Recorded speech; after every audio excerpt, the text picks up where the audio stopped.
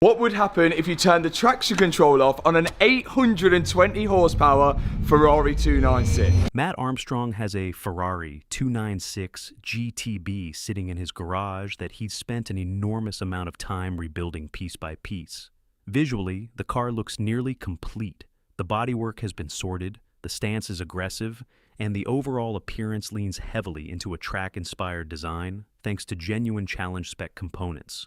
On the surface, it gives the impression of a project that's just about ready to fire up and hit the road.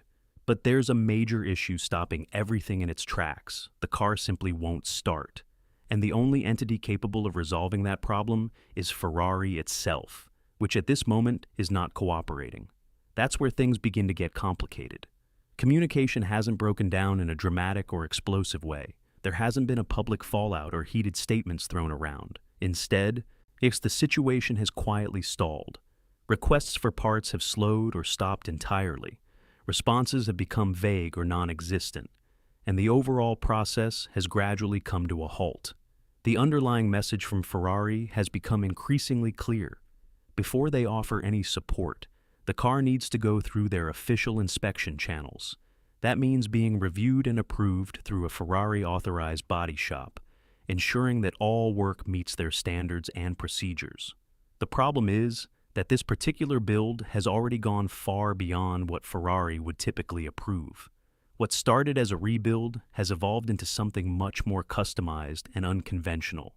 The car has been fitted with race-derived components and assembled outside of Ferrari's official repair ecosystem. That creates a major barrier, because even if Matt wanted to comply, there's a strong chance the car wouldn't pass the inspection required to unlock Ferrari's assistance. As a result, he's left in a difficult position where progress is technically possible, but the final and most critical step, getting the car running, remains out of reach. What makes this situation especially interesting is how it has unfolded in public. Because Matt has a massive online audience, this isn't just a private project facing setbacks. Every development, every delay, and every obstacle is being watched, analyzed, and debated in real time. That visibility changes the dynamic entirely. For a brand like Ferrari, which has always been extremely protective of its image and processes, all being indirectly involved in such a public and unconventional build introduces a level of scrutiny they typically avoid. Looking back at how this started, the car wasn't in perfect condition when it arrived. It already had serious issues, including a hybrid system failure warning that prevented it from starting. From the very beginning, the vehicle itself was essentially directing attention back to Ferrari's official network. To make matters more complex, the car had a prior history. It had been in Cyprus and had already been examined by a Ferrari dealer there. Reports suggested that the condition of the car was not just bad, but unusually severe and potentially very expensive to fix. So, this was never a simple cosmetic rebuild. It was a deeply involved project from day one. As the build progressed, it shifted direction. Instead of restoring the car to factory condition, Matt chose to push further and transform it into something more unique, a track-styled road car using authentic challenge parts. This decision is where the situation really began to diverge from a standard rebuild. At that point, it stopped being about fixing a damaged Ferrari and started becoming about creating a version of the car that Ferrari itself never sold. Initially, some of the parts he ordered actually arrived, which suggested that the process was working. But then, without much explanation, the supply stopped. Orders were blocked, and the reasoning given revolved around ensuring that parts were allocated to the correct vehicles. Whether that explanation feels justified or overly restrictive depends on perspective, but it marked a turning point. From there, the project entered a kind of standstill where every possible path forward seemed to be restricted. On one side, Ferrari is insisting on adherence to its systems and procedures. On the other, the car has already evolved beyond those boundaries. That creates a situation where neither side can easily move forward without compromising something fundamental.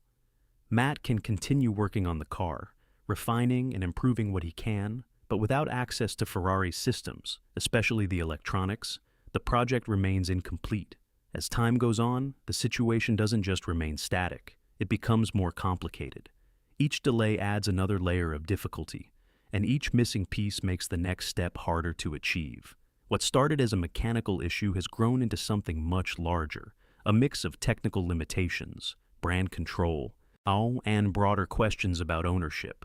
The online response has only amplified this. Communities following the build have developed strong opinions, and those opinions are far from unified. Some people see the outcome as inevitable, arguing that pushing a car this far outside of manufacturer guidelines was always going to lead to problems. Others believe Ferrari is being unnecessarily restrictive, especially when it comes to parts and support. There are also those who connect this situation to broader patterns involving manufacturers and independent builders, while others think that's reading too much into it. Beyond the debate about who is right or wrong, there's a deeper question that keeps surfacing. When you buy a modern car, how much control do you actually have over it? With increasingly complex electronics, software systems, and manufacturer-controlled diagnostics, ownership doesn't always mean full independence.